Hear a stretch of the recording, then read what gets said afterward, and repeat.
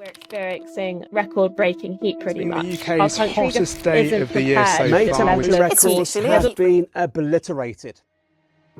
Record-breaking temperatures have not always been this common. Global warming is changing predictable seasonal patterns and disrupting organisms and their relationships that rely on these patterns. So, what should the relationship between pollinators and seasons naturally look like? Rhythmic seasonal cycles are important to maintaining interactions between species, especially with timing seasonal behaviours. Individual species respond differently to environmental cues, typically temperature or day length, known as photoperiod. Historically, the regular onset of spring and summer temperatures resulted in consistent environmental triggers. These triggers help synchronize the emergence of pollinators and flowering plants. Thousands of years of evolution have allowed a mutually beneficial relationship to develop, entirely dependent on consistent temperature cues. Of the top global food crops, 76% rely on animal pollination.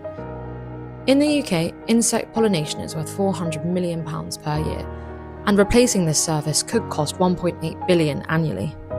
So, synchronizing natural relationships is not only important to specific species survival, but to human survival too.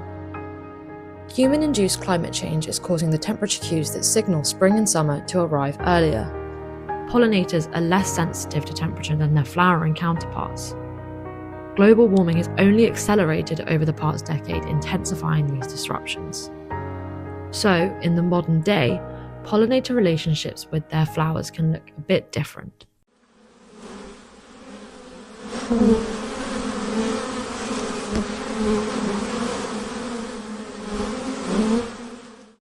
This is Barry. And we're now entering May, so Barry is up and out of the hive.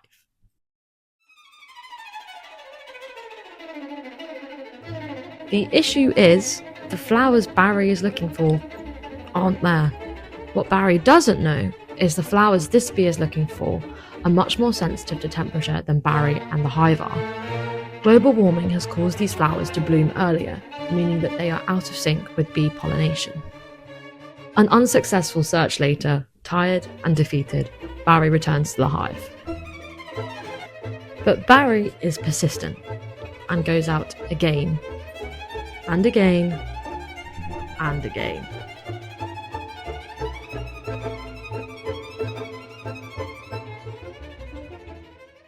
This mismatch we are now seeing between flower blooming and bee pollination is called trophic asynchrony.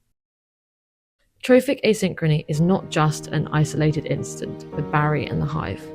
It is affecting an array of species interactions worldwide. Another insect, the winter moth caterpillar, is primarily cued by temperature, reaching peak abundance earlier due to global warming. Their predators, great tits, are more influenced by photoperiod, meaning their breeding dates are mistimed with their peak prey abundance. Similarly, caribou migration to their calving grounds in the Arctic is cued by photoperiod, which is staying consistent. However, the plants they feed on are cued by temperature, making them emerge earlier. This is creating a mismatch in timing. But Barry has been lucky. And finally, there it is.